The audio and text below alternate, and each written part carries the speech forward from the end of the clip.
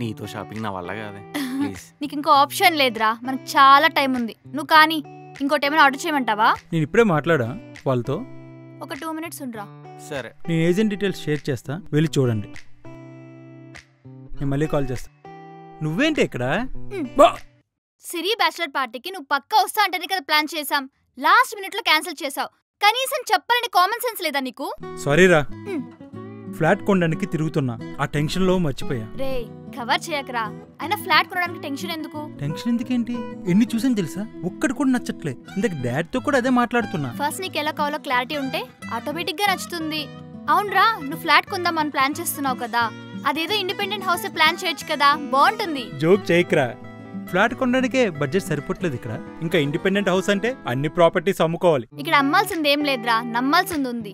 Last వీకే మా అక్క వాళ్ళు నియర్ గట్కేసర్ సుచీర్ ఇండియా ఒడిస్సీలో ఇండిపెండెంట్ హౌస్ కొన్నారు. అక్కడ ప్లేస్ చాలా బాగుందిరా, క్లబ్ హౌస్, జిమ్ ఇలాంటి ఫెసిలిటీస్ అన్ని ఇస్తున్నారు.